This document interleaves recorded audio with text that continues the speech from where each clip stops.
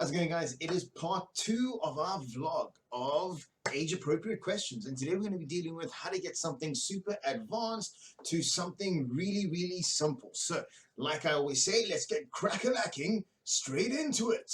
Wham!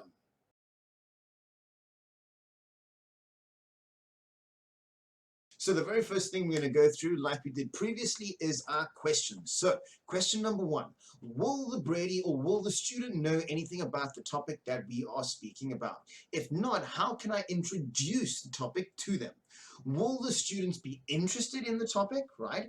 If not, how will I make them interested in the topic? Because that's essentially what I need to do. If they are going to learn, they have to be interested in what they are learning, right? And then my last one is, what support will the student need to tackle the task in front of them and to essentially do the homework that I'm going to give to them at the end of the lesson? So like we did previously, again, let's hop into another classroom and get on with it.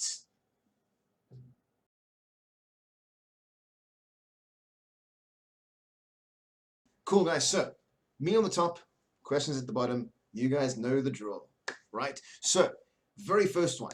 Will the student know anything about this topic? And if not, how will I introduce that? So, as you can see on this page, we are working with comparatives. So, the easiest way to introduce comparatives is to have different items. Something big, something small, something long, something short, and then compare them, right? This is a small ruler.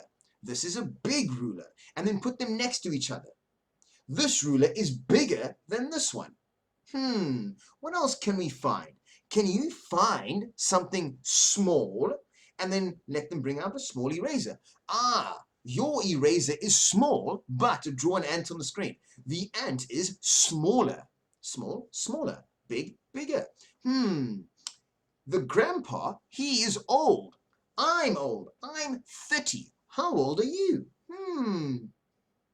12. Ooh, we're doing young ones. I forgot. 5. Ooh, you are old, but I am older. Who is older than you? So now we're introducing the topic, right? And again, obviously you're going to have to simplify it or adjust, make it a little bit more complicated depending on their level, but we're introducing the topic in whichever way that we possibly can. And again, how do we make it interesting if they don't find it interesting? Well, if you had the Brady before, you'll know what interests them. If they don't, or not if they don't, if you haven't, well, watch the video of the previous lesson or the previous 2 lessons and then find out what interests them, right? Are they interested in My Little Pony? Are they interested in Marvel? Who's stronger? Yeah. Superman or Batman, right? And then get them to compare the different comparatives, okay? So find something that is interesting to them. Now, how will I offer support if they need support, right? And this comes down to props, hand gestures, and facial expressions. So if we go, for example, let's do number 2. The blue fish is,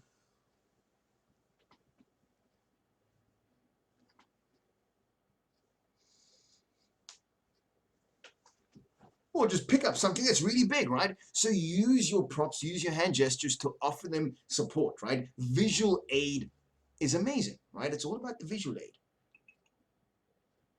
And every other aid that you can possibly think of, right? So that's pretty much it from making something complicated to something really, really simple. Follow those questions. Think about how you can actually make it interesting for them and how you're going to introduce a specific topic. Once you've nailed that, well, everything else is easy peasy lemon squeezy. So let's move on to one other thing, and that is what blah, blah, blah, blah, blah, blah, blah, blah, blah. English language out the window. Got it back. Cool. So we're going to move on to one last thing, and that is what is... I lost it again. Let's try that one more time. We are going to move on to one more thing, and that is what not to do in a classroom. Catch you guys now.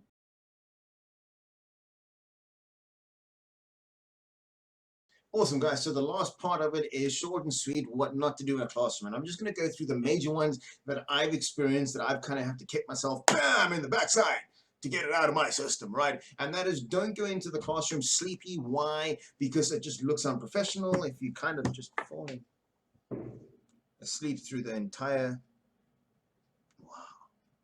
lesson, right? So if you do have back-to-back lessons and it's coming up to your last lesson, well, splash some water in your face, get up, walk around, do some sit-ups, squats, push-ups, star jumps, whatever it is, grab a cup of coffee, but make sure you get into that classroom at 110%, right? And the reason for that is your Brady's having their first lesson, you having your last lesson. They're expecting you to give 110%, just like they're going to give 110%, right?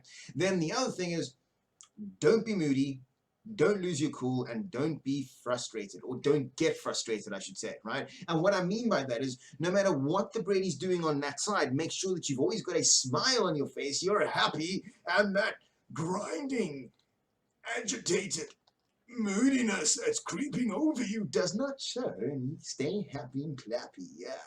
And the perfect example that I can give you is, for example, if you are trying to teach a Brady a new word and they're just not getting it, and it's been 15 minutes of you going, bird, bird, no, bird, no, no, no, bird, bird, bird, bird.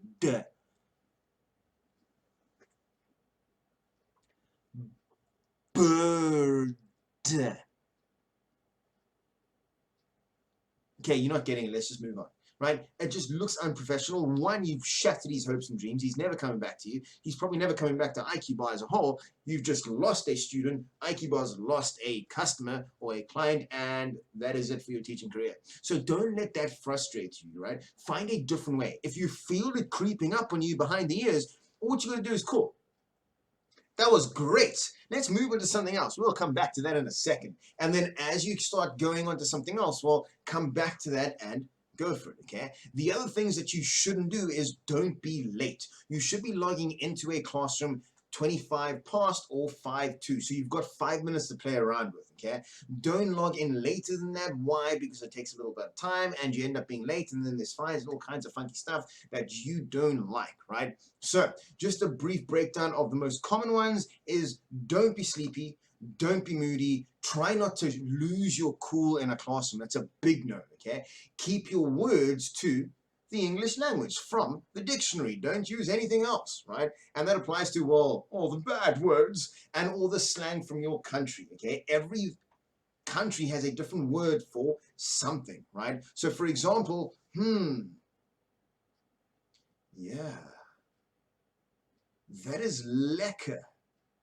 All the South Africans are going, ooh, that I know what that means, right? Everyone else is kind of going, well, I can kind of figure out what that means, but if I said that to a non-English speaking person, they would have no idea. And lekker just means that's good, it's nice, it's okay, right? So don't use slang in a classroom. It doesn't make sense to the Brady, and you're just teaching them words that are used in a small part of the world, right? And we shall leave it at that. So I will see you in the next vlog. Cheers, guys.